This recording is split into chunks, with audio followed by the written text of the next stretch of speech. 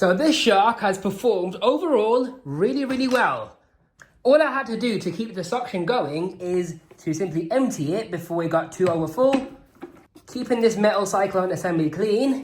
I had to vacuum these filters off multiple times. It must have been about 20 times now in total, maybe more. Followed by this pad filter, and also the exhaust filter hasn't been cleaned, so we'll have a look at this right now. Yeah, so there is a lot of dust and grit that's leaked past the pre-motor filters because they haven't got any gaskets around them, okay? This is the state of the exhaust grill. Doesn't look that dusty, to be honest. Maybe a little bit. I can't really tell. So that just goes to show this HEPA filter isn't actually that bad. So as long as you maintain these Shark Navigators, they're pretty good machines. Okay, they're not the most powerful machines in the world, but they do a pretty good job on carpets. On hard floors, they pick up large debris fairly well. Maybe not so much with the fine dust.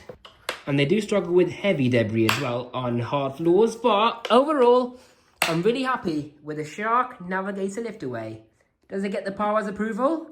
Pretty much, yeah. It's done really well.